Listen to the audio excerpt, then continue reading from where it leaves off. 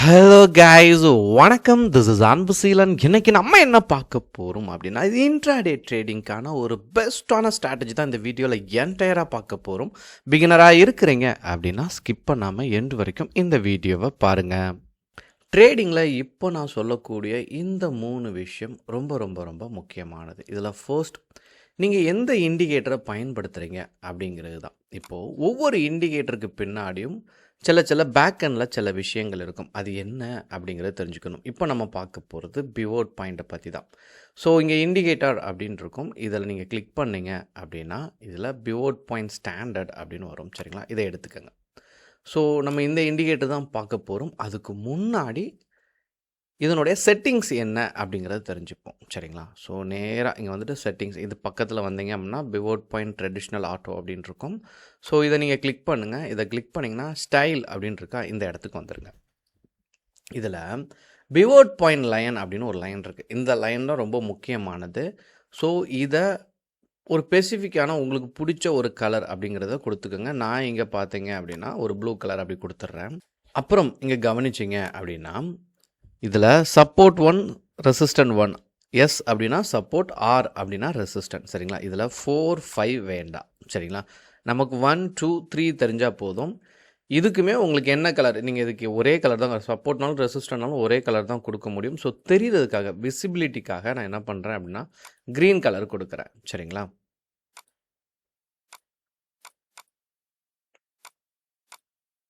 So இதில் நீங்கள் வேறு எந்த சேஞ்சஸும் பண்ண வேண்டாம். இவ்வளோ தான். சரிங்களா, இதில் நீங்கள் வேறு எந்த விதமான சேஞ்சஸும் கிடையாது.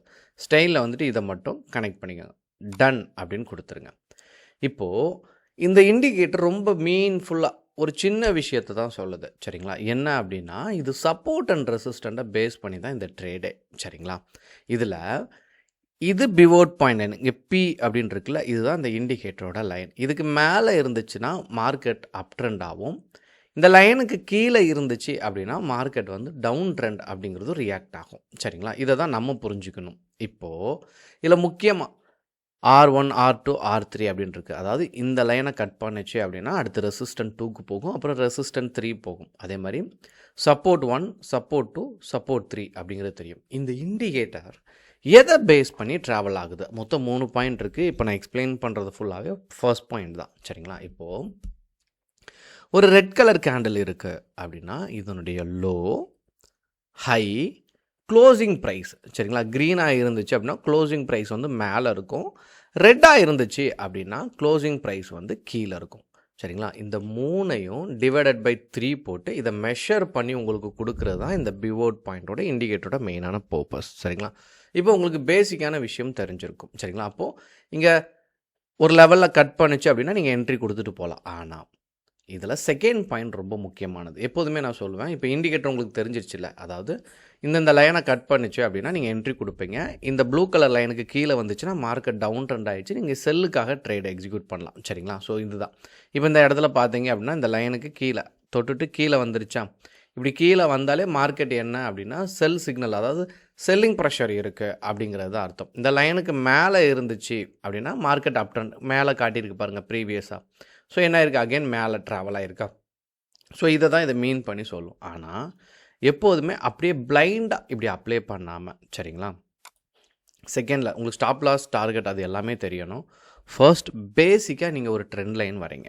சரிங்களா, நார்மலாக, ஏன்னா ட்ரெண்ட் லைன் தான் உங்களை 80% முன்னாடி எடுத்துகிட்டு போகும். அதனால் ஃபர்ஸ்ட் ஒரு ட்ரெண்ட் லைன் நார்மலாக வரீங்க.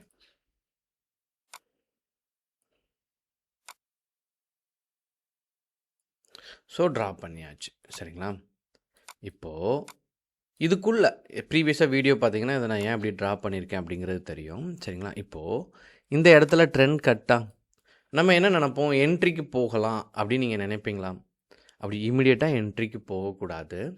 என்ன பண்ணணும் அப்படின்னா, ஒரு கேண்டில் இந்த மாதிரி விக்கு வைக்கவே கூடாது. இந்த மாதிரி ட்ரெண்ட் கட் பண்ணும்போது இந்த மாதிரி விக்கை இருக்கவே கூடாது. எப்படி இருக்கும்னா, கேண்டில் இந்த மாதிரி பாடி அவுட் சைடில் இருக்கிற மாதிரி இருக்கணும். இதனுடைய ஹையை பிரேக் பண்ணும்போது தான் நீங்கள் என்ன பண்ணலாம் அப்படின்னா என்ட்ரிக்கு போகலாம். ஆனால் இந்த இடத்துல இருந்து ஏன் மார்க்கெட் ரிவர்ஸ் ஆச்சு அப்படின்னா இது ரெசிஸ்டன்ட் பாயிண்ட்டாக ரியாக்ட் ஆகுது. சரிங்களா, இதை எப்படி கண்டுபிடிக்கலாம் அப்படின்னா ஒன்றுமே இல்லை, இங்கேருந்து ஜஸ்ட் இங்கேருந்து ட்ரெண்ட் லைன் மேலே வரைக்கும் கொண்டு போங்க.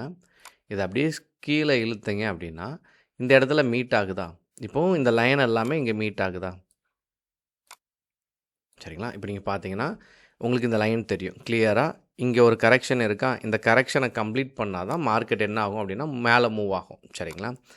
இப்போது அப்படியே என்ன பண்ணுங்கள், ஸ்ட்ராட்டஜி அப்ளை பண்ணுங்கள். இப்போ உங்களுக்கு ட்ரெண்ட் என்ன அப்படிங்கிறது தெரியும். இப்போ ட்ரெண்டை பொறுத்த மட்டும் என்ன அப்படின்னா, இது ஆக்சுவலாக இந்த ஸ்டாக் வந்து நான் ஆல்ரெடி ரிசர்ச் பண்ணி வச்சுருக்கேன். இது ஒரு அப் ட்ரெண்டுக்கான ஸ்டாக். சரிங்களா?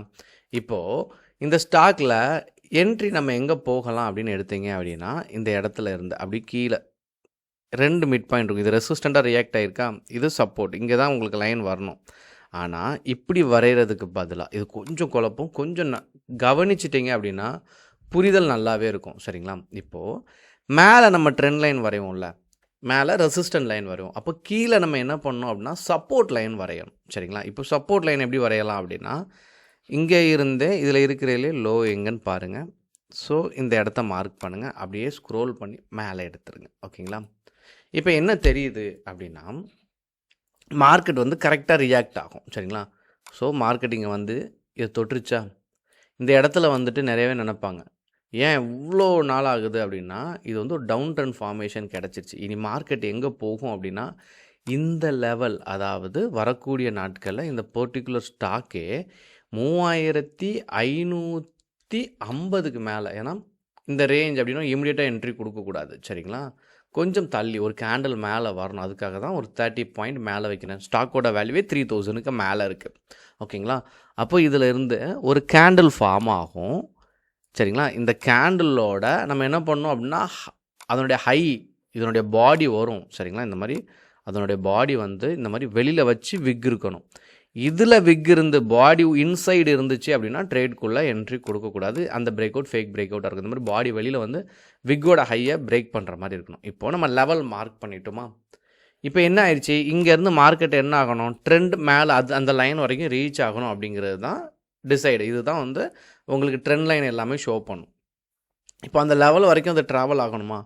இப்போ என்ன பண்ணுங்கள், பிவோட் பாயிண்ட் எடுங்க. சரிங்களா? இப்போ உங்களுக்கு தெரிஞ்சிருச்சு இந்த பர்டிகுலர் ஸ்டாக் என்ன ட்ரெண்டில் இருக்குது, அப் ட்ரெண்டில் இருக்குது அப்படிங்கிறத நீங்கள் ஐடென்டிஃபை பண்ணிட்டீங்களா? இப்போ நீங்கள் என்ன பண்ணணும் அப்படின்னா, இந்த பிவோட் பாயிண்ட் இண்டிகேட்டரை ஆட் பண்ணணும். சரிங்களா? இப்போது நார்மலாக இப்போ நான் ஷோ பண்ணது வந்து உங்களுக்கு வந்து 3 ஹவர்ஸோட டைம் ஃப்ரேம் ஷோ பண்ணியிருப்பேன். சரிங்களா? ப்ரீவியஸ் வீடியோலாம் பார்க்க இப்போ நான் டே வச்சுட்டு நான் 3 ஹவர்ஸ் டைம் ஃப்ரேமுக்கு போயிடுறேன். ஓகேங்களா? இப்போ தான் எனக்கு என்ன தெரியணும் அப்படின்னா, இந்த லைன் கரெக்டாக தெரியணும். மார்க்கெட் அப் ட்ரெண்ட் இங்கே வரைக்கும் போக வேண்டியிருக்கு. சரிங்களா? மார்க்கெட்டில் இப்போது நான் என்ன பண்ணுறேன் அப்படின்னா, இதில் இன்சைடு வரைஞ்செல்லாம் டெலீட் பண்ணிடுறேன். இப்போ டைம் ஃப்ரேம் 3 ஹவர்ஸ் ஆயிடுச்சு. இப்போது நல்லா கவனிச்சிங்க அப்படின்னா, இங்கே ஆக்சுவலாக என்ன அப்படின்னா ட்ரெண்ட் கட் நடக்கும். இதுக்குள்ளே சின்னதாக ட்ராப் பண்ணுங்க. சரிங்களா? மைல்டாக ட்ராப் பண்ணுங்கள். இந்த இடத்துல இருந்து இதில் இருக்க ஹை, இதில் இருக்க ஹை. சரிங்களா? இப்போது இந்த R1 இமீடியட்டாக பிரேக் ஆனோன்னு என்ட்ரி போகக்கூடாதுன்னு சொல்லியிருக்கேனா, இந்த லெவலுக்கு மேலே, அதாவது நீங்கள் ட்ராப் பண்ணியிருக்கீங்களா, இது ரெசிஸ்டன்ட் அப்படிங்கிறத அது கன்ஃபர்மேஷன் கொடுத்துருச்சு. வரக்கூடிய நாட்களில் 3 ஹவர்ஸ் டைம் ஃப்ரேம்னா ஒரு நாளைக்கு 3 கேண்டில் தான் வரும். 1 2 3 இந்த 3 கேண்டில் தான் வரும்.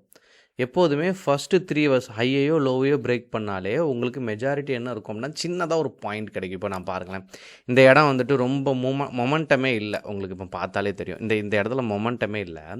இருந்தாலும் பாருங்கள், ஒரு நாளைக்கு 3 கேண்டில் வருமா, இதனுடைய லோவை பிரேக் பண்ணிச்சு அப்படின்னா இங்கே சின்னதாக ஒரு பாயிண்ட் இருக்கும். சரிங்களா? இந்த இடத்துல பாருங்கள் இன்சைட் பார். சரிங்களா? 3 கேண்டில் தான் வரும்.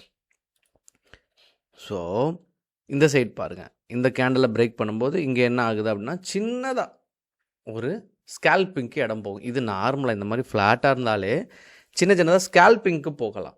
இப்போது ட்ரெண்டு இந்த R1 சரிங்களா, இந்த ரெசிஸ்டன்ட் லெவலை பிரேக் பண்ண இந்த எல்லோரும் என்ன பண்ணுவாங்கன்னா, இந்த இண்டிகேட்டரை அப்படியே டைரெக்டாக அப்ளை பண்ணுவாங்க. அப்படி அப்ளை பண்ணக்கூடாது. உங்களுக்கு சின்னதாக ஒரு ட்ரெண்ட் லைன் வரைய தெரிஞ்சிருக்கணும். சரிங்களா? இது அப் ட்ரெண்ட் அப்படிங்கிற கன்ஃபர்மேஷன் இருக்குது. நம்ம ட்ரெண்ட் லைன் வரைஞ்சிருக்கோம். இப்போ என்ன போகலாம் அப்படின்னா, இந்த லைனை பிரேக் பண்ணும்போது என்ட்ரிக்கு ரெடி ஆகலாம். இந்த லைன், இந்த பர்டிகுலர் லைனில் நான் சொன்ன மாதிரி சரிங்களா என்ன இருக்கணும் அப்படின்னா, பாடி வந்துட்டு இந்த மாதிரி மேலேருந்து விக்கு அதுக்கு மேலே இருக்கணும். இந்த அதாவது ரெசிஸ்டன்ட் 1 இருக்கா, இதில் போய் இந்த விக்கு இப்படி இருந்து பாடி இப்படி வந்துச்சு அப்படின்னா நீங்கள் என்ட்ரியை அவாய்ட் பண்ணணும். சரிங்களா? இதை ஞாபகத்தில் வச்சுக்க. அப்போது நமக்கு என்னவா இருக்கணும், பாடி வெளியில் வந்து விக் மேலே இருக்கணும். இப்போ இதனுடைய பிரேக் அவுட்டில் தான் நம்ம என்ன பண்ணணும், என்ட்ரிக்கு தயாராகணும். அப்போ நம்ம ரெசிஸ்டன்ட் பாயிண்ட்டை என்ன பண்ணலாம் அப்படின்னா, ரெசிஸ்டன்ட் 2-வை டார்கெட்டாக ஃபிக்ஸ் பண்ணலாம். இந்த பிவோட் பாயிண்ட் லைன் இருக்கா, இதுதான் stop loss, actual stop loss maintain ஆகிறது. சரிங்களா? ஏன்னா மார்க்கெட்டிங் கட் ஆச்சுன்னா இது வரைக்கும் போகிறதுக்கான சான்சஸ் இருக்குது.